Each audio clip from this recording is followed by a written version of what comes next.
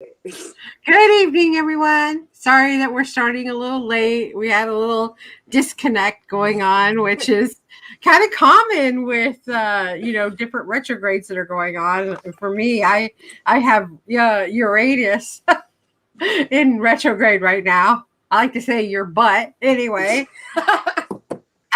so we're starting a little late. Our guest is running late, but she'll be joining us shortly. And also joining us here is Tammy Lucente, the other host of Raising Vibration Radio and Journey in Consciousness. Hi, Tammy.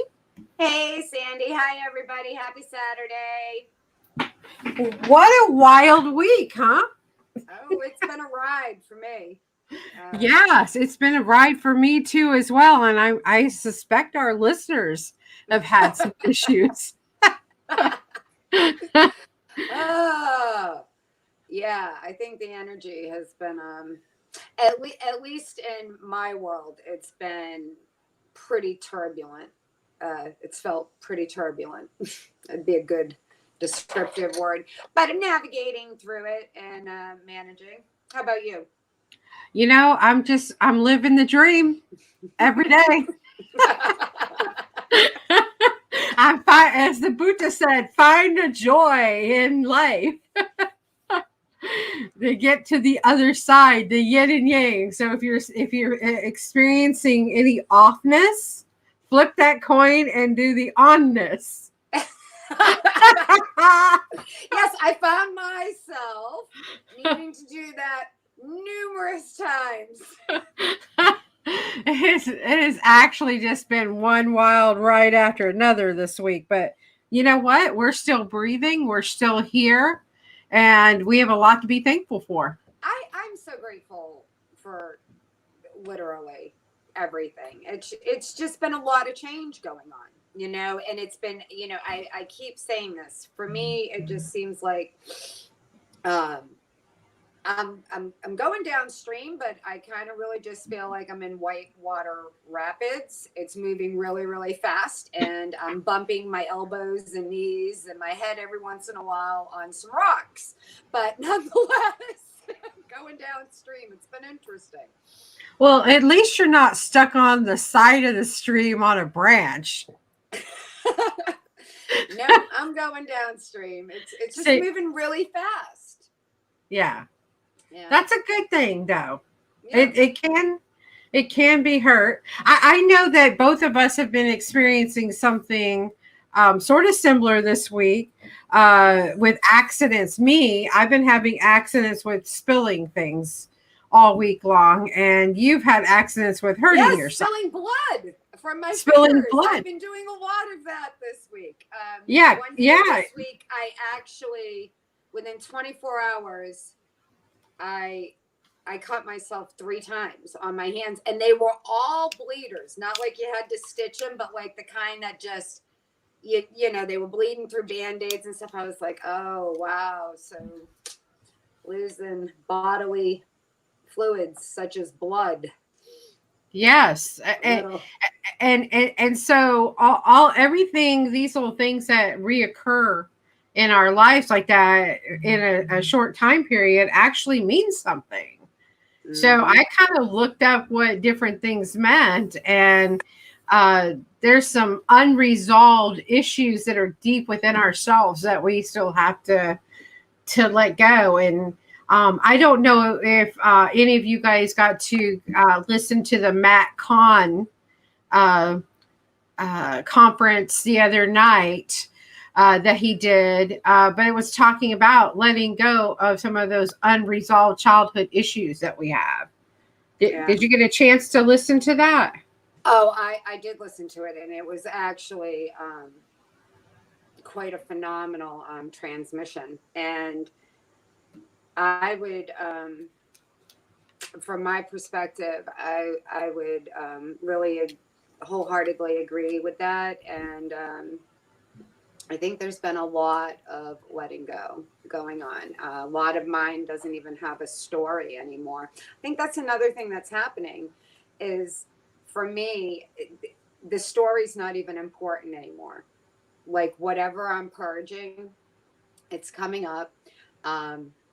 I'm allowing myself to feel it, which a lot of it is not real comfortable. But there's no story attached to it anymore, which is just kind of indicative of the old self, dying more and the new self emerging more. So, your thoughts? Yeah, I kind of agree with that. And tonight's guest that is running just a hair late, when she joins us, we're going to be talking to her about letting go of some things. She's going to be doing a seminar next week, and of course, we're going to let her talk about that. She's a coach and an author, and and maybe she has some pointers for us on letting go of some things.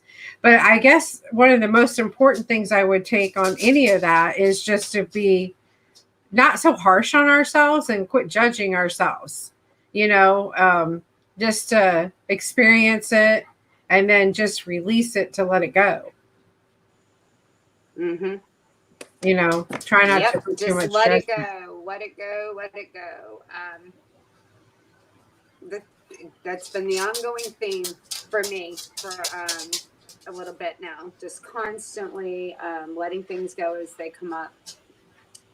And I think we all go through this at different times, and collectively I think there's a lot of it going on right now too. So yeah, most definitely. I got a phone call from a friend who's not a friend who would normally call me and inquire, maybe like do some cards and just tap me but he finds himself in a really precarious situation with the mandates on the vaccination coming up, which it's my understanding that the 30th there's a deadline for convalescent homes, and he works in those homes, and it's really interesting to also witness that there's an opportunity to be divided or to be in flow, or and people are going to have all different beliefs and feelings about that, and that's going on globally again. I mean, this isn't just one state, one town, or even one country. I mean, these things are going on globally, so it's pretty interesting. Yes, it is. I actually have a relative out in Arizona that not just 2 weeks ago, I was talking to him, and he was making fun of, like, oh, I welcome COVID into my life, and I lick dirty rails and things like that. And now he's suffering. You got to be careful too with what our words, because like you said, that energy is flowing really fast, and you've got to be really careful what you say right now, because the universe is manifesting it. Whatever you throw out there, it's wanting to complete in a hurry. I would agree with that wholeheartedly, and I would also wager that in respect to things like such as the vaccination and what one's own truth about whether or not to get it is, just as I was telling my friend this afternoon, I think it's really critical for us to go within individually and come to our own inner truth on this, and really feel complete in whatever your truth is, and then just honor that and be kind to yourself, because the whole world is divided about this right now. So whatever your truth is, just honor that and be kind to yourself. I don't know. It seems like it's starting to knock at my door. I don't normally talk about any of this very much, but that's the second call I've gotten in as many days of acquaintances, friends, inquiring to me about the impending, it seems like, doom of having to be vaccinated. That the people that I'm referencing are people who had decided they didn't want to be, and now they're being confronted with, not having employment and things of that nature. So I don't think any of us should take these decisions lightly. We should just honestly go within ourselves and come up with what our truth is, because whatever that is, the universe is going to support us. As long as we're honoring our truth, whatever our truth is, our world will reflect being supported in that truth. Yes, listen to yourself. So speaking of truths, our guest is sitting in the green room. We're about to bring her on live. So right now I'd like to introduce Vickie Griffith. Hi, Vickie. Hello, everyone. Hi, Vickie. So Vickie, Tammy, Vickie. Tammy, you weren't on when Vickie was on back. You took a beach weekend to reconnect with your daughter. So now you finally get the chance to meet Miss Vickie here. So good evening. It's nice to meet you, Vickie. Thank you for being on our show again. Oh, thank you for having me. Absolutely. I am very grateful and pleasure to meet you. Oh, likewise. So Vickie's going to be doing a 1-day seminar coming up. It's next week, correct, Vickie? It is. It's next Friday. Next Friday. And I joined up. It's called the Scales of Justice. Is that correct? That is correct.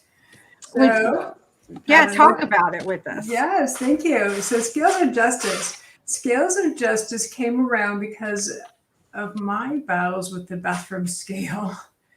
And the conversation that you were all just having, it seems a little silly, but really that's what's happening. Isn't there a lot of judgment going on? You talked about vaccine or not vaccine, or are you going to be able to go into work or not? It's a lot of emotional chaos going on right now. And that was what my relationship was with the scale. As I would get on it in the morning, and if I had lost some weight, I'd be going, yay, donuts. And if I had gained weight, it's like, okay, donuts. It was so judgmental and so criticizing to me that I finally actually threw one out. And I wanted to show women that doesn't determine your self-worth or your value, or because a lot of times that's what I put it on. It was going to be a good day or a bad day based on the scale, numbers on the scale. And it is, as we were just sharing, it's about your truth and stepping into it. And sometimes that scares us the most. And keeping the weight on is one way to avoid our truth of speaking up, speaking our mind, standing ground, standing for what we believe in, and or it's protection for things that have happened in the past that we don't want to experience again. So we keep the weight on, and it it's a really interesting thing. It feels like we're hiding in some way, but it's very obvious to everyone that something's going on in most cases, and we're just collecting it on our bodies rather than hiding it in another way. Yeah, I agree with that, but I also believe that we're set up to fail from the food industry too, as well, with the hidden stuff that they put in there. Like, did you know that you're not really supposed to mix sugar and fat together? That was never, like a piece of fruit doesn't have fat in it, correct? But yeah, you can get a piece of cake that's got sugar, fat, and salt all in it, and bam, those are things that you're not supposed to have together. That's bad food combining. So so the industry kind of sets us up to fail right off the bat. But that's just an excuse, right? That we could fall back on. But ultimately, we have to take responsibility for where we are, and but not judge ourselves, but to again letting go of that old self, that because a lot of weight, if you've tried all different avenues like HCG or starvation, whatever, and you can get rid of it. If you haven't dealt with that inner self, it seems to come back. Have you ever noticed that, Vickie? Well, you're absolutely spot on. And I agree with you about the food industry. They've been doing that for quite a long time. So they know what they're doing. They are actually hire researchers to figure that out, to get us more and more craving the foods that are not good for us.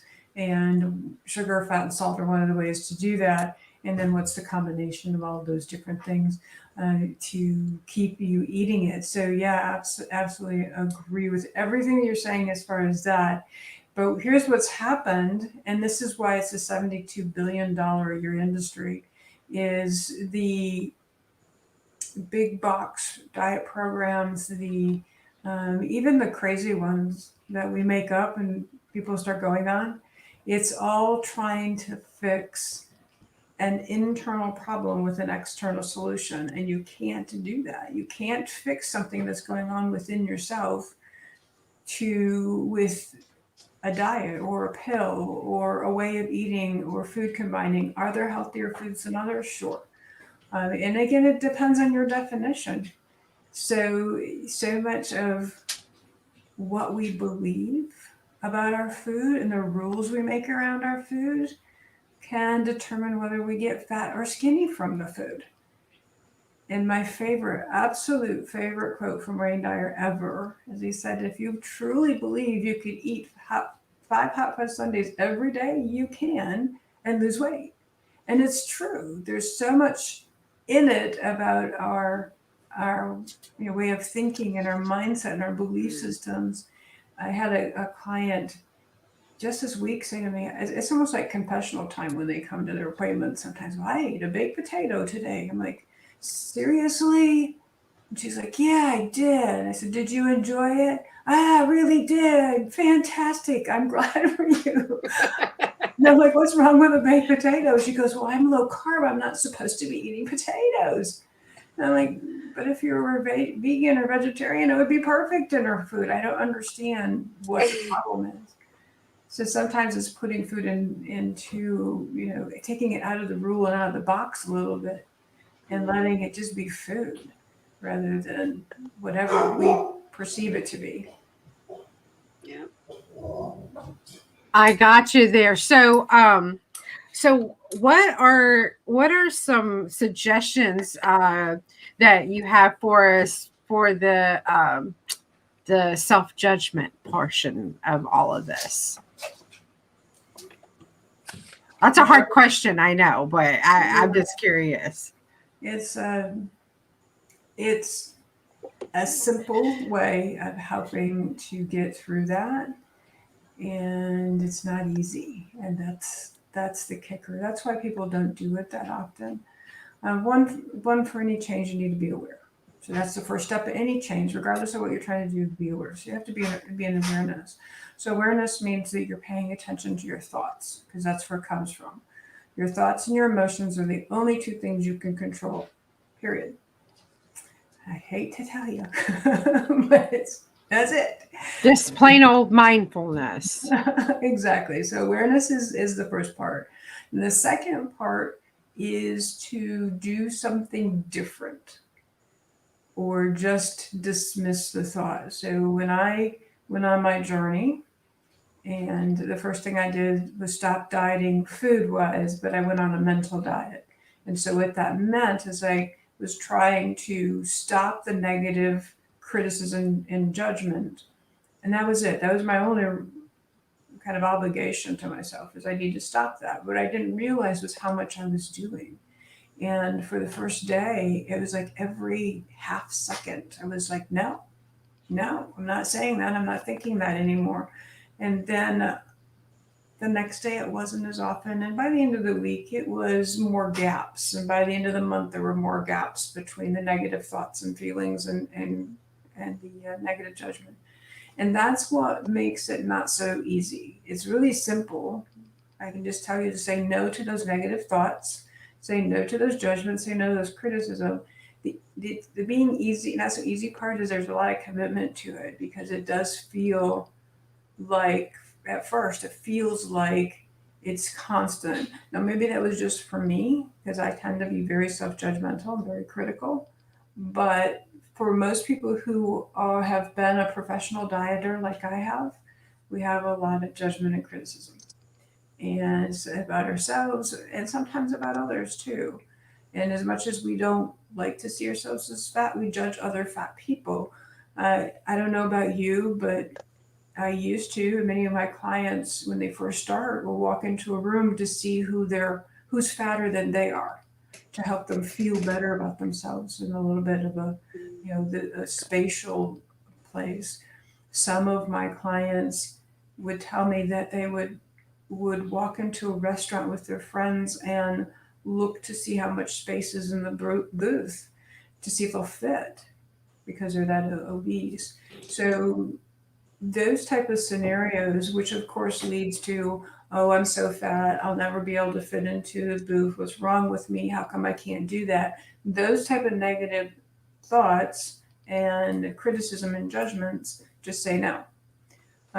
What I have done lately and been teaching my clients lately is a little add-on to that, because I noticed that those thoughts and those criticisms start spiraling down into this rabbit hole, or in my book, I call it a runaway train. And so then they start going down this path to where you have the result that you don't want.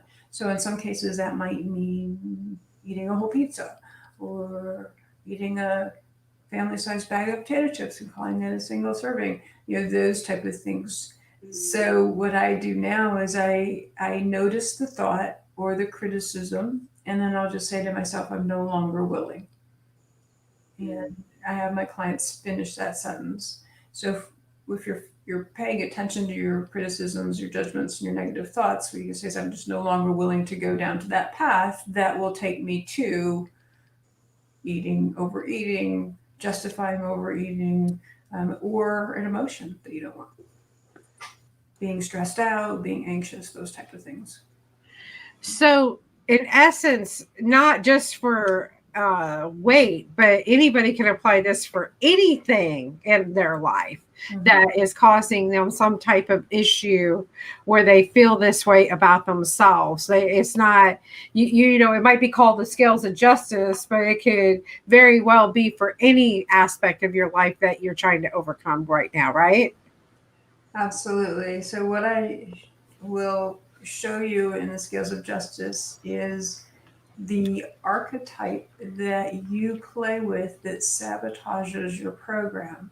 Now, not only in dieting, like you said, this is actually sabotaging your whole life if you want to change something different. This is not anything different than, so you want to up your career. This is the archetype that is saying to you, oh, you'll never be able to get that job, or your resume isn't good enough. So therefore, why even bother? And so, yes, one of these 4 archetypes, and I will share that I play with 3. I play with 3 of them. I don't play with all 4 of them. I don't play with all 3 of them at the same time. They do take turns occasionally. There is one that is my kind of like, oh, here you are again. How fun to see you came to play. Okay, let's change the game. That is really neat. So you have a test that people take for them to figure out who comes to play at what time? Well, not who comes to play at one time, but it will show you which is your number 1 archetype, your number 1 playmate. And then what's 2 and 3. And then we can start sorting out, what does that sound like? Yeah. Wow. Has anybody ever been all 4? No one. That's the good news, is no one. That is good news. Even my high achievers, none of them give me. Oh man, I was like, maybe I can do all 4. Good. Even the high achievers don't have all 4. I'm happy to hear that. Oh, Vickie. So this event, I'm sorry, Tammy, no, this event that you're having next Friday, it starts like 9:00 in the morning, 9:30. It starts at 9 a.m. and 9 a.m. 4:30. It's all online. It's all virtual. And here's the great thing about it. We're not going to be on the computer all the time. We're going to take breaks. I have to pee, so we're going to take a break. I'm sure you will too.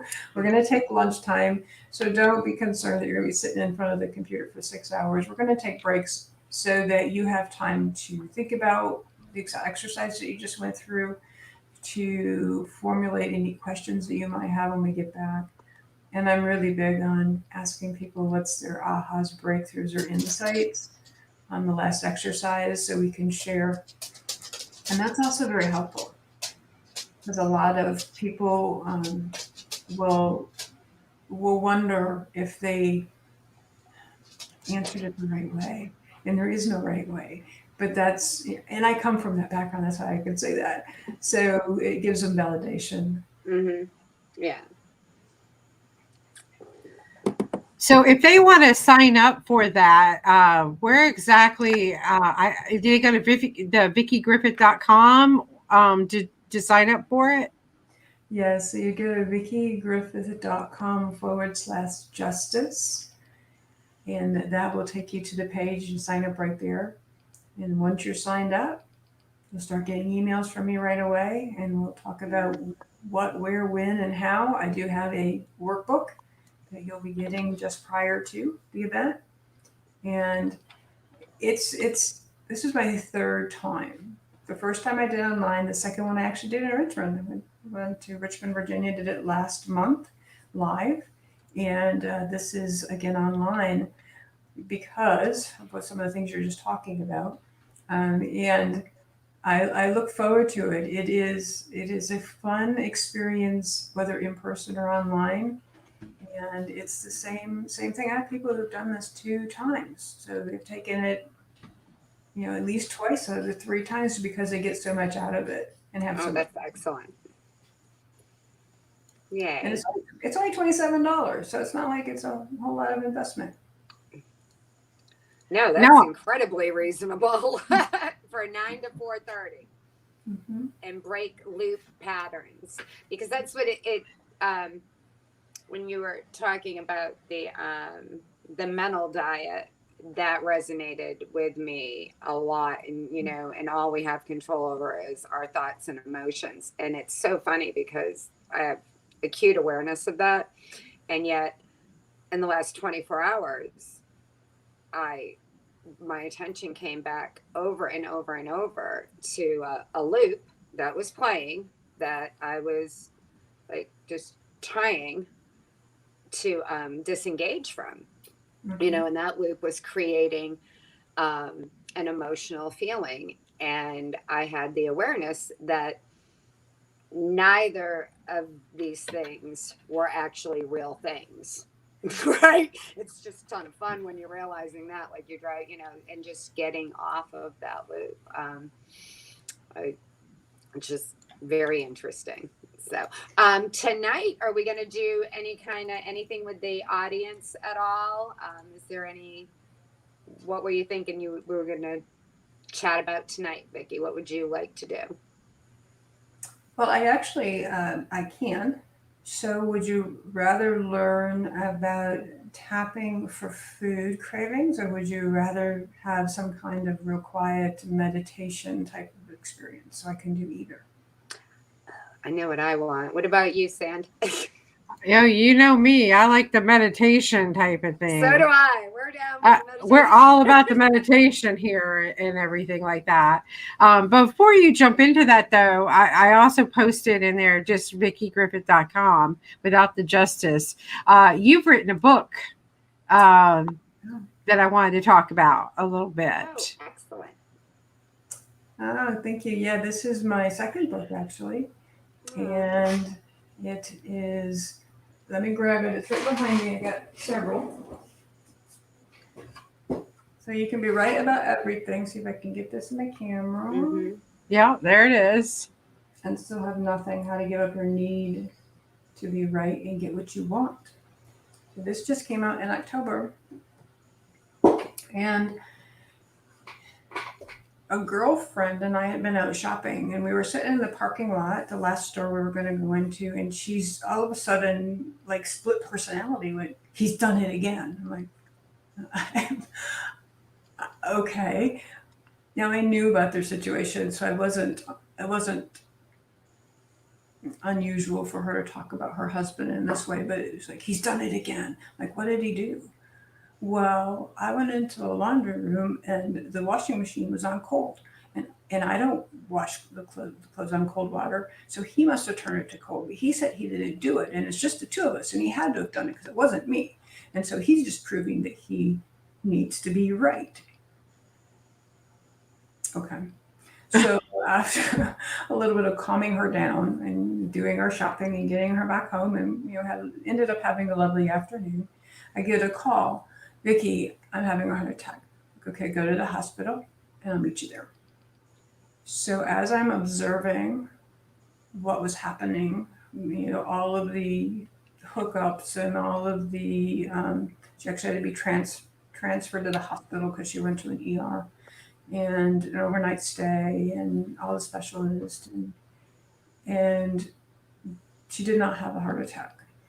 It was an anxiety attack is what it was. Mm-hmm. But I'm watching this and observing this, and I'm like, her need to be right could have killed her, literally. And then I started thinking, well, what am I holding on to? It's like, Tammy, those loops that you were talking about, what loop am I holding on to that I keep proving right over and over and over again through my excuses, through my what ifs, through my stories, all of those type of things. And that really got me to thinking about, what's this deal of us trying to prove these dysfunctional beliefs that we don't like the outcome? We don't like that we're not making enough money. We don't like that we're fat. We don't like that we're in certain relationships. But yet we keep doing it over and over again. Why is it so important for us to prove them right? And how are we doing that? So that's how the book came about. It's clearly kind of a little more advanced version of when I started 20 some years ago. When I wrote my first book was 2012. So it's another 10 years of experience with clients and with myself and in discovery that the second book came from. I often wonder why we feel like we need to feel like we have to be right all the time. That's really interesting. And, I think part of it I believe that most of the stuff is from our childhood of somewhere or another, or it's generational. So it's something that's been going on for many, many generations. So could it be that you were told, no, you can't do that. Don't do that. You shouldn't do that. Why would you do that? So then we're trying to defend ourselves in some way. When anyone asks you the question why, pay attention to your physical reaction to that, and then your emotional and mental reaction. So when someone says, why did you do that? Pay attention to your reaction to that. The question why is actually a very judging question, because you either didn't do it yet, or you did do it and you did it wrong. And those usually come from childhood. Mm-hmm. And I said it to our son as he was growing up. Why'd you do that? Yeah. Now I know better. I would never ask anybody the question why, because it puts them in the judgment defensive mode, and you're not going to get an emotional answer from that question. You're always going to get a very mental, top of the mind, top of the brain answer. So let me ask you, so if you don't ask why anymore, do you just not ask anything, or do you phrase your question differently? I phrase it differently. So it's how would you phrase or it? How. Yeah, what or how. Yep. What was that, Vickie? So what or how are the two ways I phrase it. Okay. So what, instead of why did you do that, you would say, how did you do that? I'm trying to. Yeah. Yeah, you could say, how was it that you may have came to that conclusion? I'm curious. Oh, okay. I got you. Yeah. Or what did you mean by that? Mm-hmm. Being curious, tell me more, Mm-hmm. rather than being defensive. Yeah. Because usually they don't want the answer of why. They want more of an argument. I'm talking about, your kind of relationship. Most of the time you want an argument at that point. So why is kind of leading into, they're going to become defensive, then you're going to become defensive, and now you're arguing with each other. So if you're in curiosity rather than an argument or defensive place, you're like in that state of, well, tell me more, I'm curious. Or how did you come about that conclusion? I'm kind of curious. What would cause you to think that or say that, rather than why did you say that? Yeah. Or why did and you? even having the mindfulness and presence of mind to really rephrase, pause and rephrase a question is in and of itself is going to just help, I would imagine. I often fall short of pausing when I get wrapped around the axle. That's what I call it. I get wrapped around the axle and I'm like forgetting to breathe, like everything, all the basic stuff goes out the window, and all of a sudden I'm like, what? And then I'm in a loop, and it's all the basic things that I've just all of a sudden gone, well, I don't know. So yeah, and that's because the brain has been wired to do and react that way. And so part of it is your brain. So that's history, and your brain is wired in a certain way. And what we know is we can change that. So that's what's awesome about it. Yeah. However, you're right. It does take a lot of conscious awareness to be able to pause. Also realize that you're coming from a place usually very much younger. Again, when your parents were asking you, why'd you do that?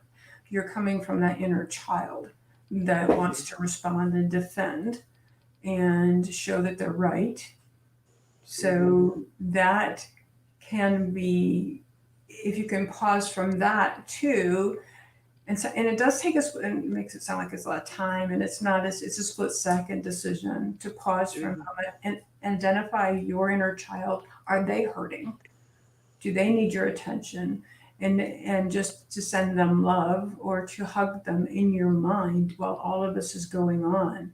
And it does only take split seconds. It doesn't take a whole lot of time. It's not like you have to remove yourself and then make it say time out, which you could. You have every right to. Like, time out. I need to step away for a second. Let's pause this and then come back, so that you can regain your thoughts. There's nothing wrong with that either. There was a seminar that I went to years ago, even for relationships. That's one of the things that she recommended. To just say, I just can't talk about this right this moment. However, let's get back together tomorrow afternoon or in an hour or, whatever it is, so that you could be in your composed state to answer more from your heart rather than from off the top of your head or that hurt inner child that's coming out. Yep. Seriously good stuff, but real. And very palatable. I'm feeling it right now. Excellent. Sandra D, what you got going on there in the studio?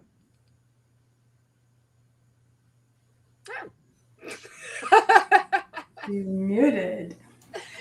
Oh no, the dog was barking and I had to go let him out real quick. I do apologize about that. He gets really pushy, and of course my codependentness wants to just honor him and do whatever I can for that little blighter at that moment. So I do apologize. I had to step away for a second.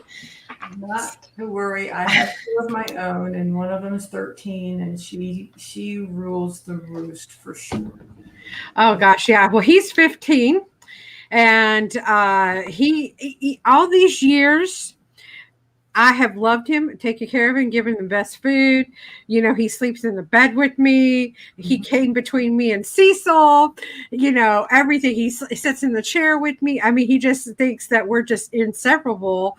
Yet he just one little bark and he controls me, right? And I just feel like I'm a puppet on a string, and I don't know how to get rid of that feeling with him, with the dog. Is that crazy or what? That the dog rules your life. Yeah, I get it. I do know. They bring us so much joy, and then as you know, she's gotten older. She's more lame, and she has a disease in her intestines, so she has to take prednisone. Is that how it's called? Mm-hmm. That makes her hungry all the time, so she's constantly panting and staring at you, going, "Feed me, feed me, feed me." It's like, that's not enough. So yeah, I get it.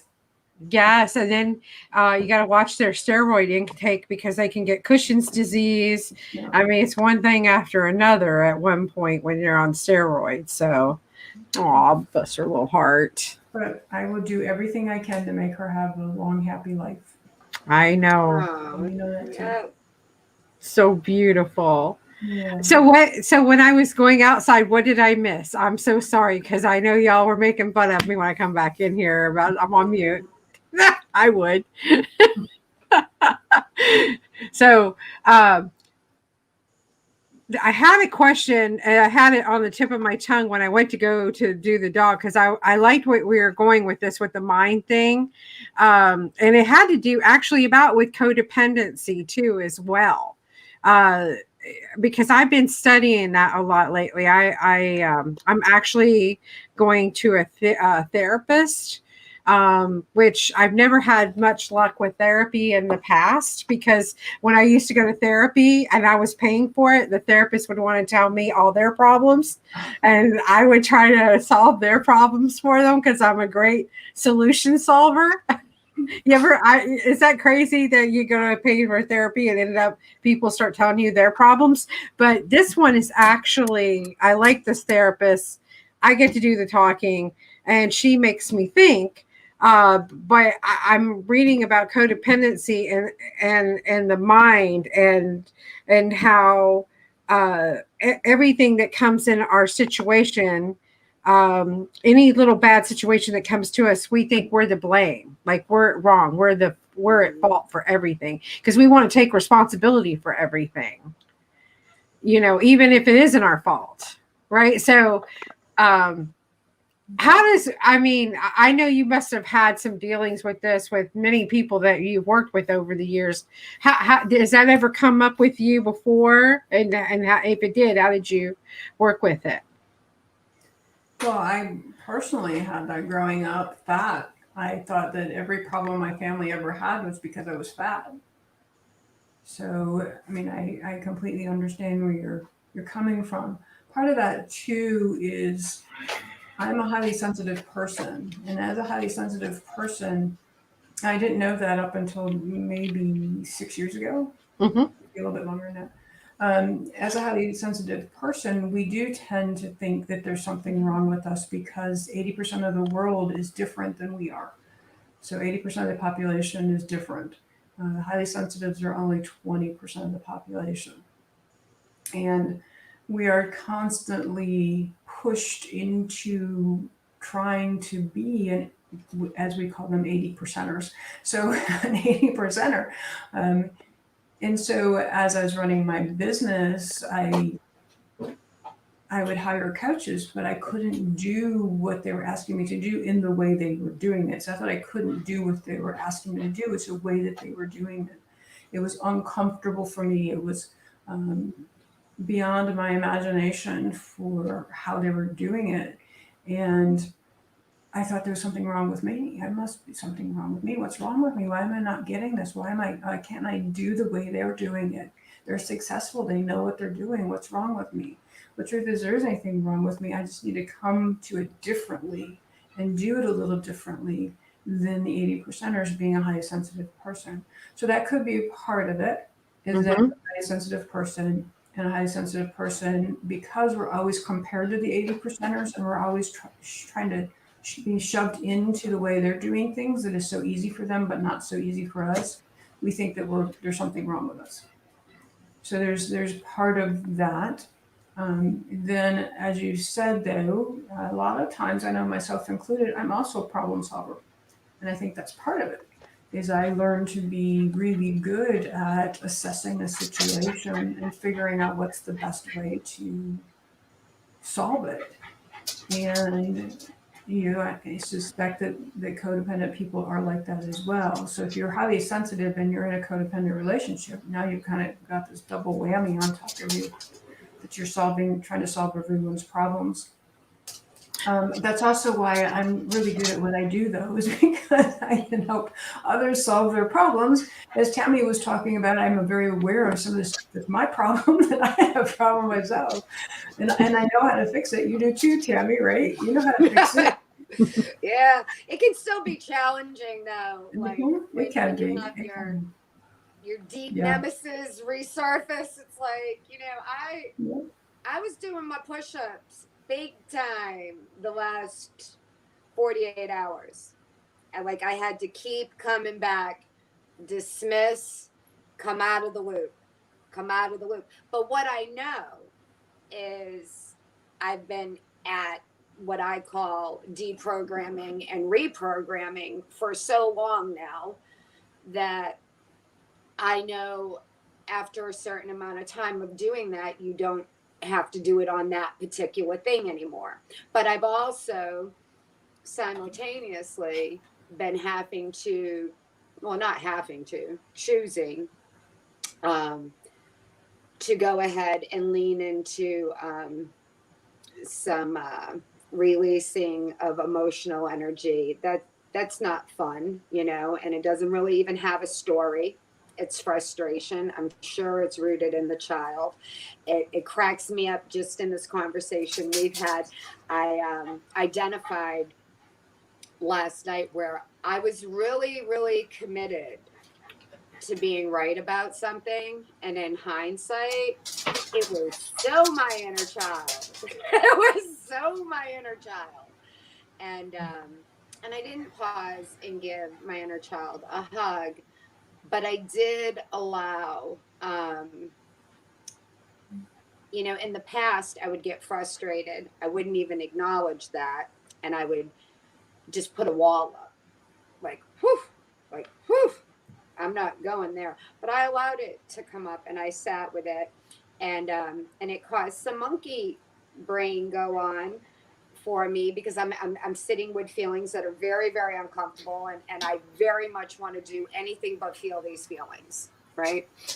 So the loop started, but then I kept getting out of the loop. I called Sandy. Sandy, we talked 2 or 3 times last night. Yes. Yes.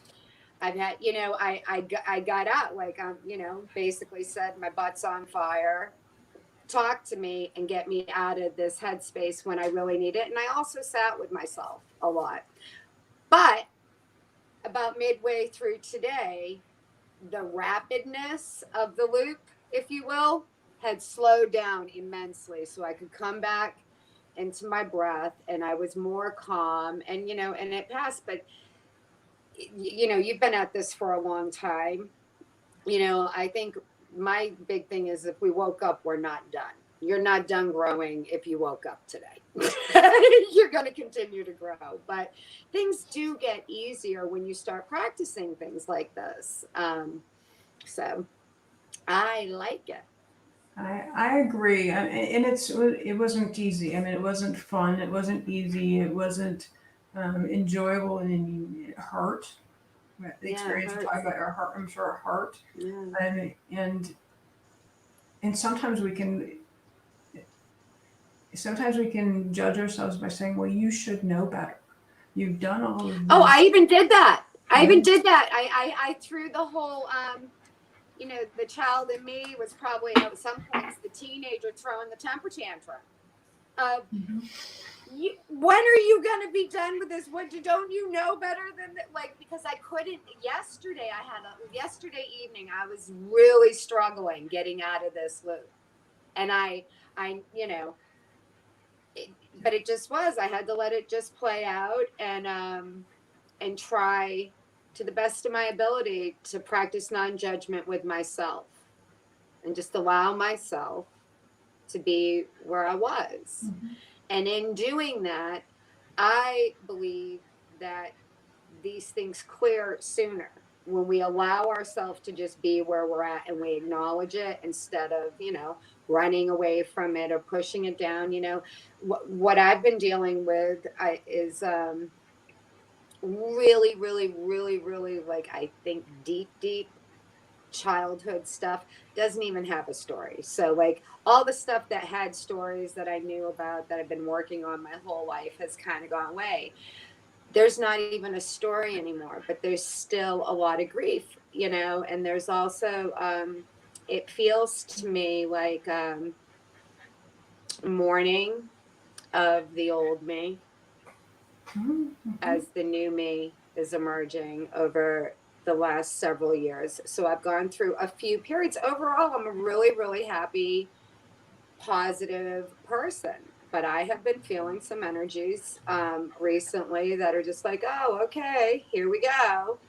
And good news is when we do these things like you're saying, they do go away. When you finally get them cleared, they're like gone. But then new little things come up, but they're not as hard after practicing things. I think like this past couple of days in the past could have taken me 2 years to get through. Like, if I were to go back 15 years, that could have taken me a couple of years. And now it's been a couple of days. I think that's pretty substantial. Mm-hmm. Yeah, and freedom within your own life. Mm-hmm. Very much so, and that's really wonderful for people to hear, that even though it's still hurtful and hard, that it doesn't take as long to work through. Much quicker. That's what I was sharing with someone too, is that I truly believe that these archetypes, your number one archetype will stay with you your entire life. I think that's why your soul was here on this earth to learn. This is what you got really excited about. Like, yeah, I want to learn that one. What was I thinking? What is Wayne kids? I must have been in a hurry that day.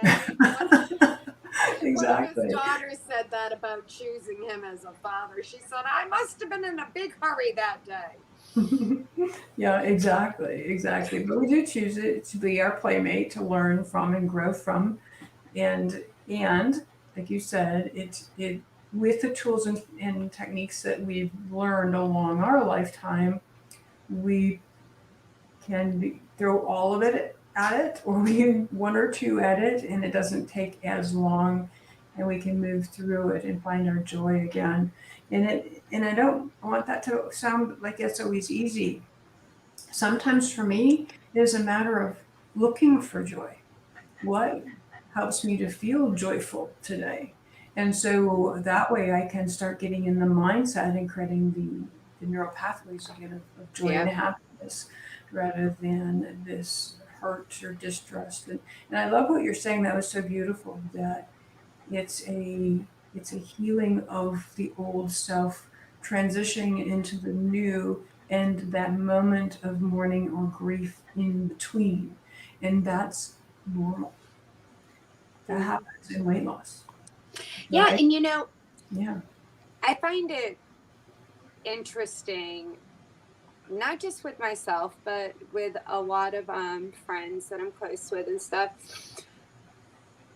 Yet again, how we can be so gentle and nurturing and supportive of our peers and our children, like when they're going through it, and on any level. And I know I struggle with being gentle and supportive and nurturing with myself when I'm going through it.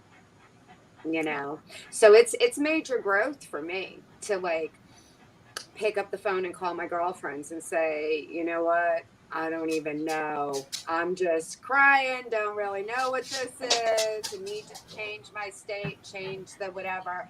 I mean, and then it does do that, but I think there's something to be said about showing up for ourselves you know, and allowing ourselves to be nurtured the way we nurture other people, and that being very important in our own healing process. Absolutely agree. And your courage. So thanks for sharing your courage. That's what it took. Because a lot of us still are at, and a lot of my clients are at that place of put up the wall, walk away, deny, deny, deny, avoid, avoid. And then all of a sudden here it is again. Well, why is it coming back? Well, like you said, you never really dealt with it. And I think there's a lot more going on to that. And I wouldn't be surprised if you're a highly sensitive person too. With all everything that you're talking about, there's a lot of emotional chaos going on in the environment, and we're feeling that, which is bringing up stuff for us. You know, I've been saying this over and over and over, and it's my take on things. I fully acknowledge I had a pretty brutal childhood, and I've been in some form of recovery and healing since I was 17 years old. All that being said, recently, the magnitude at which I am feeling things, for me personally, there is absolutely no doubt in my ever living mind. I am picking up collectively what is going on, and in my understanding and awareness of that, I am more committed than ever to stay still and allow myself to just feel this, because it is a purge, and it is not just for me, it is for all of us. I believe that with every drop of my being, and it's been really, really interesting to consciously like go through this. And you know, I mean, there's a lot going on right now. Yeah, you know, and you were talking about the loop. You know, this is a loop. What is this up? Why is this coming back? This whole loop thing. And that's what we're seeing right now. There's a lot of reflections of history that are happening to us right now. And it's like, why didn't we learn that about this stuff the first time through? And so now we're judging ourselves, because then we see our own thoughts and habits and we're like, well, why am I not judging? Didn't I fix this the first time through? Why is history repeating? So, so you're on target. Welcome. What? So you're on target, and welcome to what's happening right now. And one, thank you for sharing that happened. You have courage to look at it, sharing about it, because people want it. I don't know if they want to, but at least they can hear that this is happening to many of us, and that they're not alone. And there's really, what's going on with them is old patterns, same as repeating of history that we're seeing right now, the old patterns. And so you're okay. It's going to be okay. And you're going to make it through. Yeah, absolutely. And it's really worth doing whatever you can to bring your awareness to getting off the loop, get off the merry-go-round. Even if you got to tuck and roll, dude. Like, I mean, I literally, I don't even know how many times in the last 48 hours I had to reset. And I would say it's been since 3 o'clock this afternoon where I finally felt like comfortable in my own skin. It was really that intense for me. Now, granted, there was a lot of things going on movement wise in my home environment, but this has been going on for a few months, and I keep thinking, everything's energy, right? And when I think about what's going on globally right now, that I don't turn news or anything like that on, but as you heard it at the beginning of the show, people are starting to call me and have concerns about the mandated shots and stuff. And I just feel like it's bringing lots of things up for lots of people, which is creating lots of thoughts that are predominantly this or this, and mostly either way, no matter which way they're thinking, there seems to be a lot of fear on either one.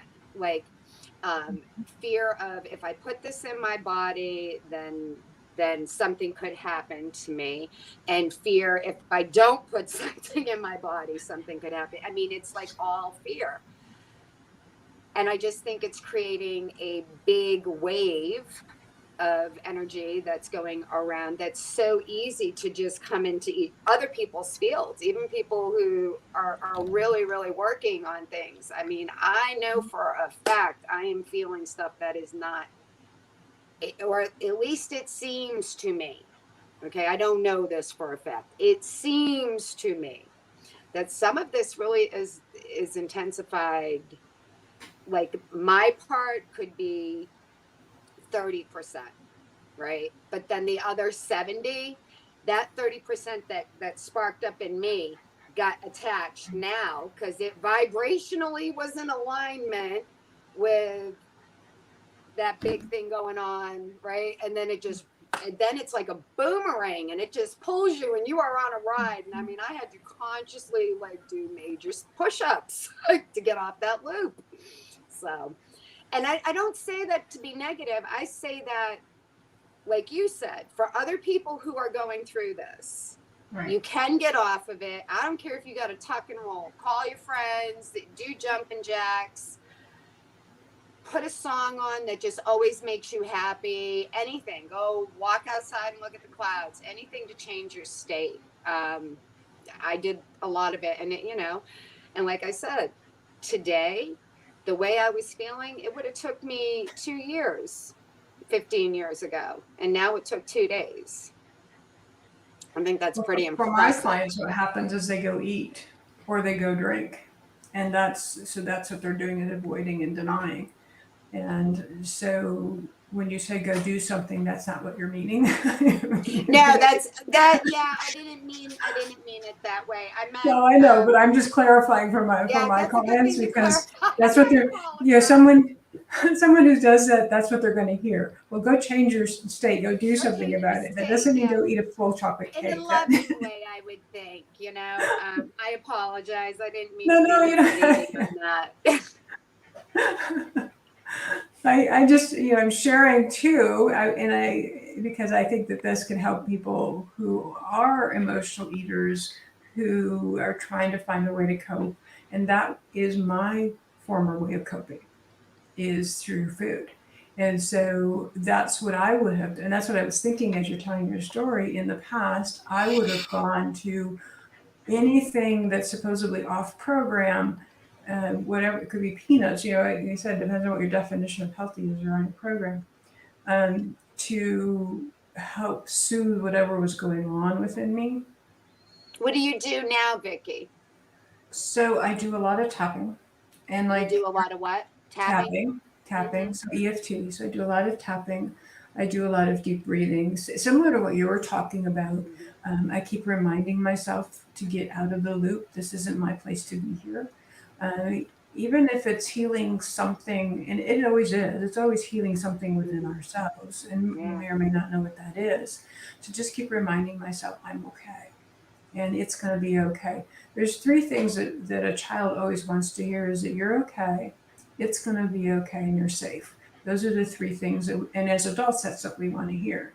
And so one of the techniques I use, and you can go ahead and do this with me, is there's 2 points right here at the top of the collarbone. Mm-hmm. And tapping, you either do one or the other, but for this technique, I recommend that you at least try to touch both of them. So with my thumb and my forefinger, I'm touching them, and then take a deep breath in, smile, and as you breathe out, say, I am okay. I am okay. And take another deep breath in, smile. I am okay. I am okay. And one more time. Breathing in. I am okay. Okay. Now, what did you notice in just those 3 deep breaths? It's soothing. Yeah. Yeah. Yeah, it's soothing because this brings you back into the body and centers brings you back in the body, brings you back into the heart. These 2 points here are acupuncture points or acupressure points. They're EFT tapping points. I don't know what they mean. I've chosen not to learn those. And when you're an infant or you're holding an infant, you're holding an infant so that their head's up here in your arms and you're holding them like this and you're tapping them on the chest. I remember doing that to our son. I remember doing that to any other babies that I'm holding. It's just that comforting feeling of having someone kind of gently touch or press on your chest. So there's that piece of it from childhood. Sorry, my chair's squeaking. The other thing too, why am I asking you to smile? It's like, oh my God, I feel really crappy right now and you're asking me to smile? What is wrong with you? Well, because it changes your state. It does. It changes your state. And it actually shows, science shows us, it sends dopamine to the brain. Dopamine is a feel-good chemical. So therefore you are, as you smile, you are breaking dopamine into the brain, which is going to help you get through it faster. Mm-hmm. And it seems silly and you don't want to. It's like, I don't want to. I want to feel terrible. So part of it is the silliness of it. But those 3 things, I'm okay, it's going to be okay, or I am safe, and doing the breathing, I usually do in rounds of 3. So you notice we did 3. That would have been considered 1 round, and I would do 2 other rounds. Usually by the end of the 3rd one, I am okay enough to step back. I am okay enough to observe. I am okay enough to make a decision and have clarity about the decision so that I'm just not jumping from one thing to the next. So for me, clarity of my decision is to step away from food or to even stop thinking about food as the answer. And instead, like you say, call a friend, go change your physical state, go move around a bit, get up off the sofa. If you just came from inside, sit down on the sofa, do something different physically so that you're not only physiologically can shift, but mentally and emotionally will shift. I know Tony Robbins is really big into this. This is the one thing he tells everyone to do is to change your state of being by moving. Mm-hmm. And if you've ever seen him prepare to go on stage, have you ever seen him to go prepare on stage? I love it. He has it's a crazy routine. It's like, that's a crazy man. That's what works for him to get ready and prepared. And so if that kind of thing works for him, and if you've never seen Tony Robbins prepare to go on stage, he like spins in circles, he kind of jumps up and down, he talks to himself in positive affirmations, and then he says, okay, I'm ready, and he walks out. And that's what he's doing. He's changing his state, so he's prepared to be on stage for the energy it takes to be on stage. Mm-hmm. Absolutely. I was thinking about a couple of minutes ago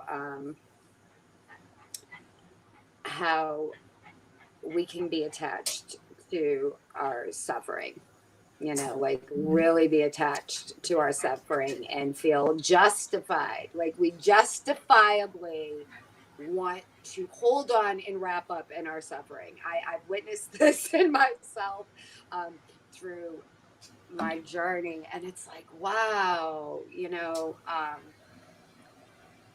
just letting go of the attachment to, to suffering alone, and realizing that there is some weird little thing in there that is attached to it is pretty empowering if you really take a look at that. Like, I'm sure you have looked at that quite a bit. Well, I love that you bring that up, and a lot of people were like, oh really, are you crazy? I don't want to be fat. There's a part of you that, like you said, they're attached to that piece of them, and part of it's comfortable. Is that as crazy as that sounds? The misery it's the comfortable uncomfortable. Right. It's what we get used to, and it's our comfortable uncomfortable that seems predictable to us. Right. And taking the risk of doing something new where we don't know an outcome.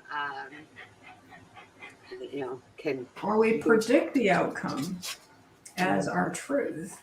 So a lot of my clients are the attached to suffering of being fat is so much better than the suffering they experienced when they had inappropriate sexual advances, or they actually were in an inappropriate sexual situation.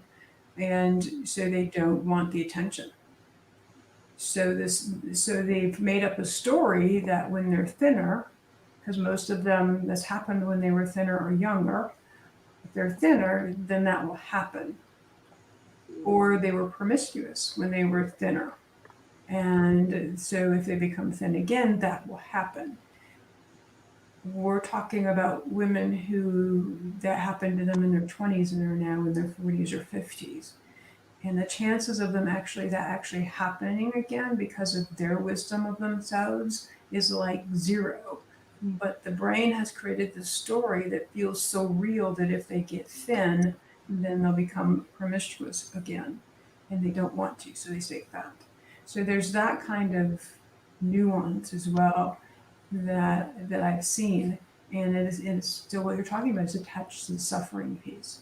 The suffering of being fat is far lesser than the suffering of maybe becoming a promiscuous woman or having someone give you inappropriate advances and not know how to handle it. Do your clients, do you like tell them to write down things that happened to them when they were younger? They got to come to face with it. Does that matter? You know, do you have to relive the past? Is there some step out of that without having to feel all that negative emotion from your past? Great question. And the truth is yes and no. Okay. So I don't believe that anyone has to go into deep, dark stuff. Carolyn Mace used to call it the darkness of the night, something like that. She wrote a book about it. So you don't have to go into that. I don't think it has to be dug back up. I think it can be healed, especially with tapping. I've seen a lot of things get healed without them even mentioning it. And I've had experiences with that too. I had no idea what was upsetting the client, but we worked through it. And from one moment to I'll never stop crying to being completely, totally just there sitting there having a conversation without, I never even knew what they were talking about, what was bothering them so much. So I don't think you have to. I've seen it actually change. However, it sometimes is interesting to look back at the story. And here's what's interesting. I wrote this in the book. Here's what I found with research I was doing in the book and writing about the brain. Did you know that most of the stories that you run your life by, 80% of them were made up by the brain? 80% of your story was made up by the brain. Without your permission, without your acknowledgement, without your knowledge. So the facts are skewed in this fiction story that the brain has made up. And that doesn't mean that all of your memories, there's something wrong with them. But what that means is that if the brain is making up the story and we're acting as if it's true, how many things are we misguided about or have made inappropriate decisions about ourselves and other people because our brain is making up these stories? And so what I do is I will have people write their story, whatever their version of their story is, but no more than 10 sentences. It can't be any more than 10 sentences. I don't want people to go deep into, like you said, the deep, dark, you just don't have to go that far. And then I'll have them rewrite the story in 10 sentences. What did you want the outcome to be? We know that it's history, so we're not going to change history. We know that, right? So that's a fact. We're not going to change history. Whatever happened, happened. But our perception about ourselves around what happened is what can change. And so many times my clients have rewritten the story, and in most cases they become the hero of the child. And it's so beautiful because now they've become their own hero. And and why couldn't that be true, right? The brain makes up the 80% of our stories anyway. Why can't it be true? And it reminds me too of is it Brian Katie's work? Is that true? And then she just keep asking you, is it true? Is that true? So you just make another statement, is that true? Make another statement, really? Is that true? And she keeps going through that, is that true statement?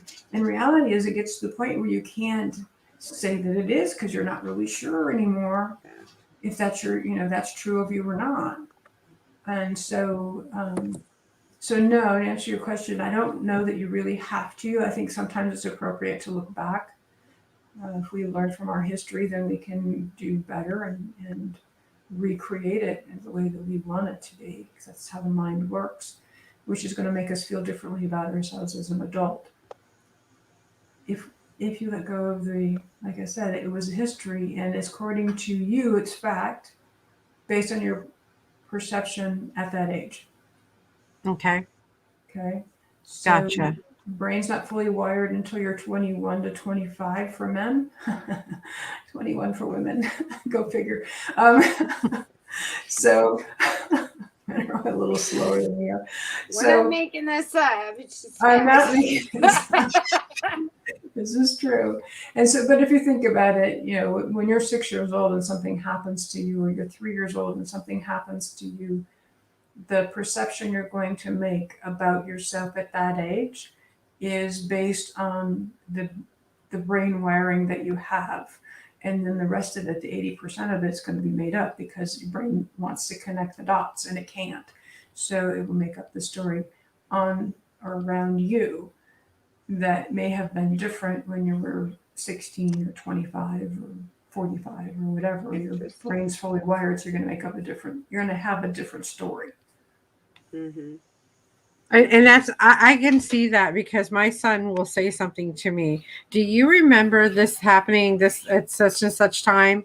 Now my son is 28 years old now, but he's talking about something that happened to him, at 16 or 10 or whatever, and I won't have the same recollection. I don't remember it at all, not even one part of his story. And I find that very interesting that he can remember something that happened that I can't even remember happened, and I don't remember saying it. Is that crazy? No, it's not crazy at all. Not at all. Yeah. And then also too, like when we were younger, like I didn't pay attention to the news when I was younger. I didn't even know that there was this episode in Russia where some thing blew up, Chernobyl or whatever, and caused big radiation. And I'm like, where was I? I was alive, but I don't even remember that even happening. And I watched a series on it, recently, and I'm like, oh my God, that happened. And I was on this planet and I was totally unaware. Yeah. Like, it's amazing what your mind allows you to come into your little own atmosphere, so to speak, and create your story and stuff like that. So that's not even part of my story, I to me, it never happened until I watched the series. I'm like, oh my God, that happened. I know, right? Like I live in a bubble or something.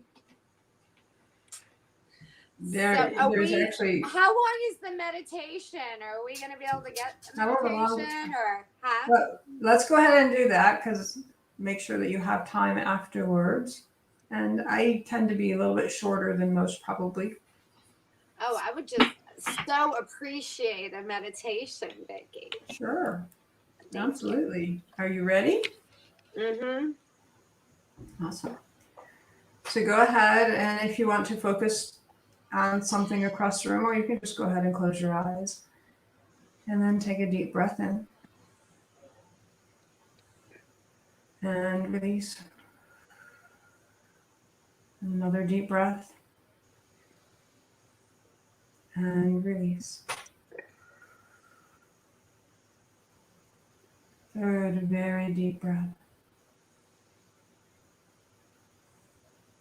And as you release that breath, I invite you to take your mind to the very top of the universe, whatever that is for you, full of white light.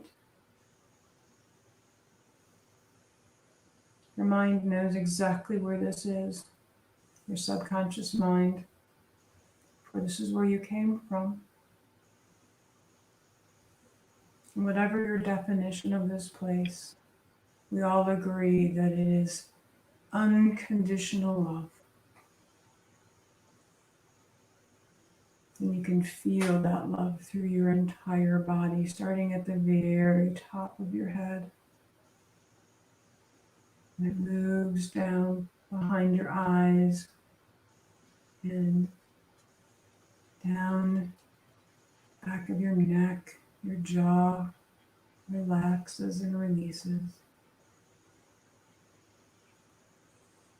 Know that your body will sit comfortably in a chair if you're sitting, or if you're lying down.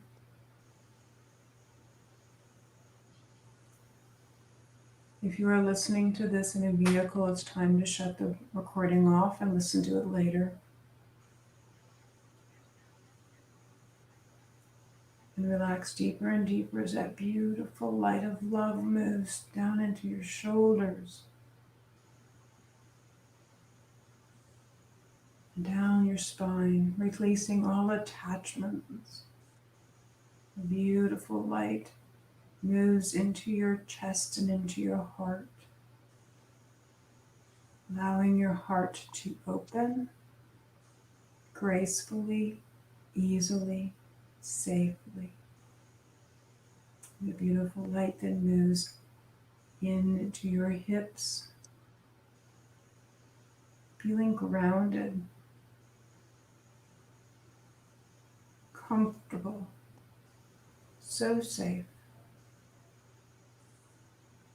As you relax even so deeper, as the light moves down into your thighs, knees, calves, ankles, and feet, allowing the light to recycle into the earth, to the very top of the heavens again and back through your body.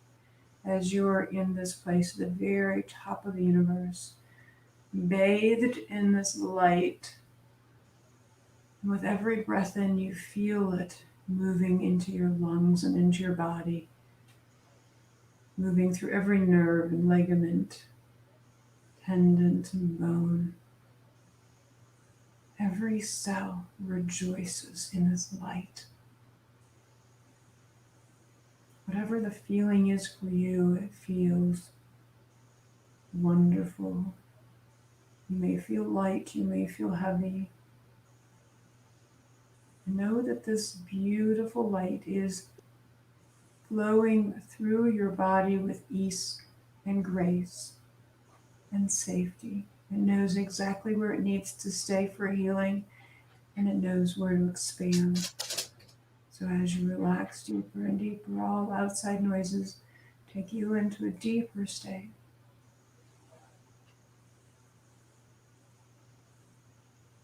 Allow all the energy of chaos and uncertainty, fear to just release for now. You can take it back if you'd like, but for now, just releasing it into the light, allowing it to flow through you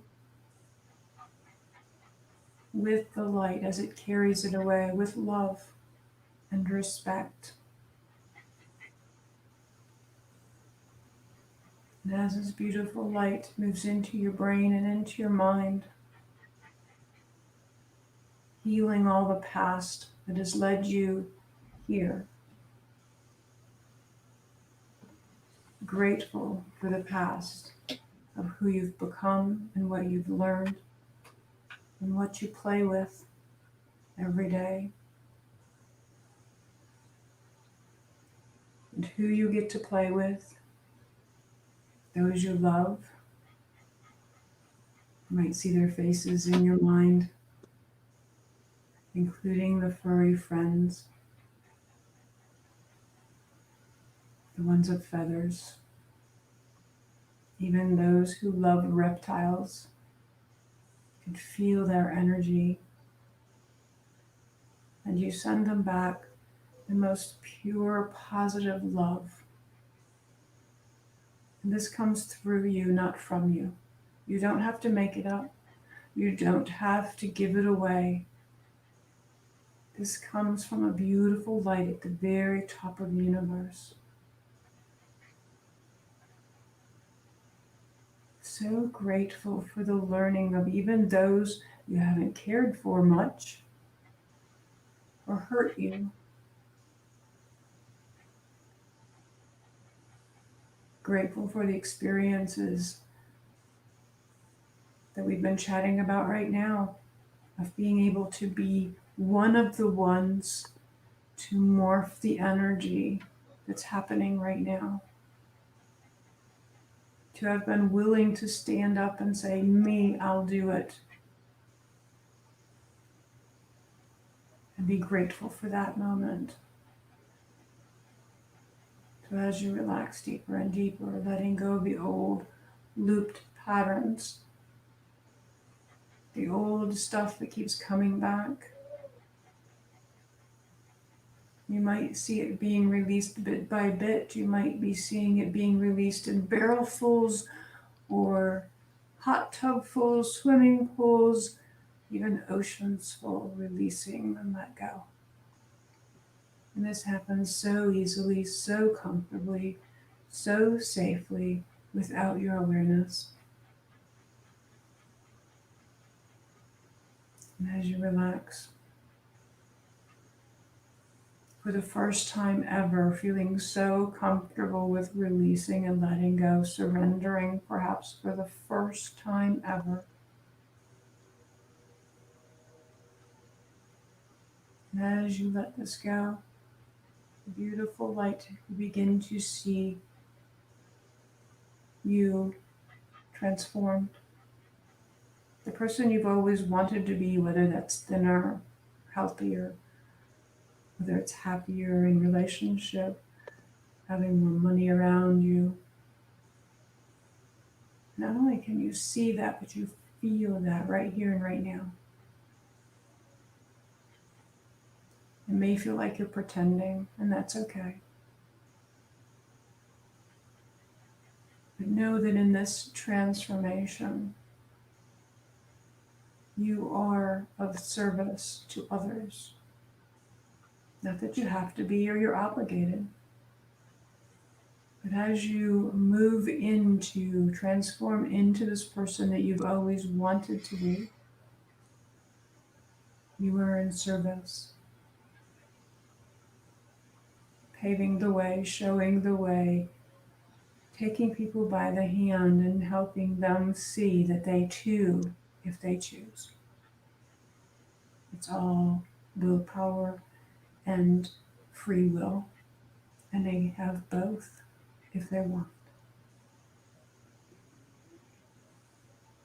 So as you relax into this new sense of being lighthearted, joyful, happy, laughter in your life, amused and amazed by the simplest of miracles that you see every single day, the sun shining on the grass, and it's so illuminating of a green color, it could be a neon sign,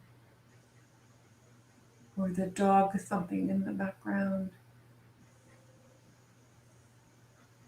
The little things in life, being able to go to your faucet and get a drink of water, to step outside and breathe clean air.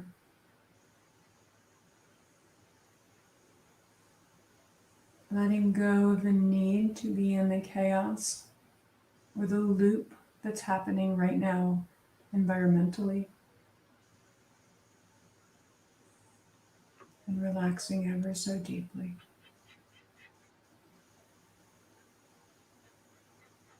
The warrior inside of you. And that doesn't mean a person who goes to war. That's the person who fights for what's right. And sometimes what's right and what you've been fighting for, it's time to let down the sword. Or it's no longer serving you.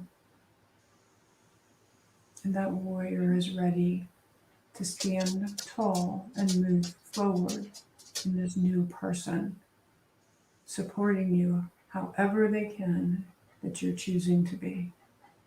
Gracious, with dignity, happiness, joy. It's all yours.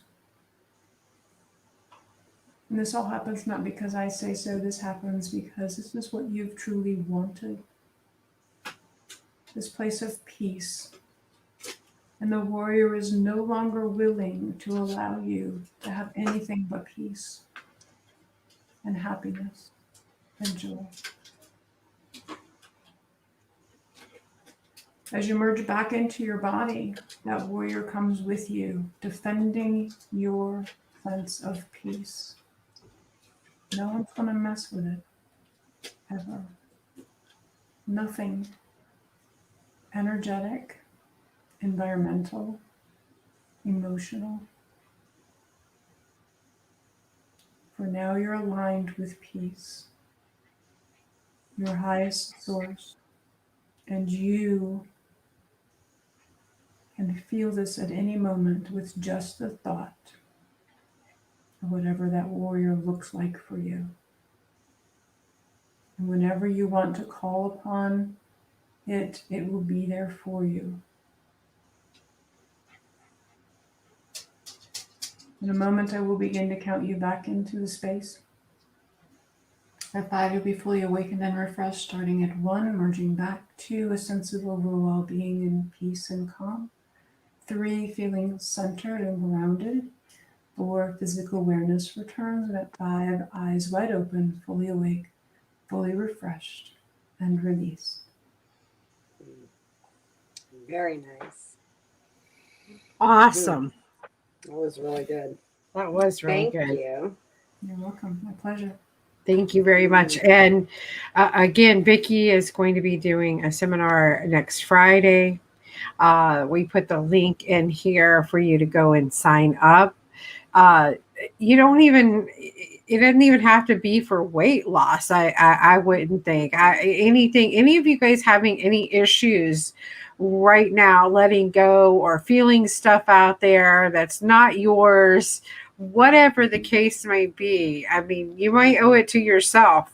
And for the great low price of $27, I don't know about you, but I pay $85 an hour for therapy. So, and I feel like I gained so much tonight from your words and your speaking and your meditation, most definitely. And it was amazing. So I hope you guys will join Friday because I'm going to be there.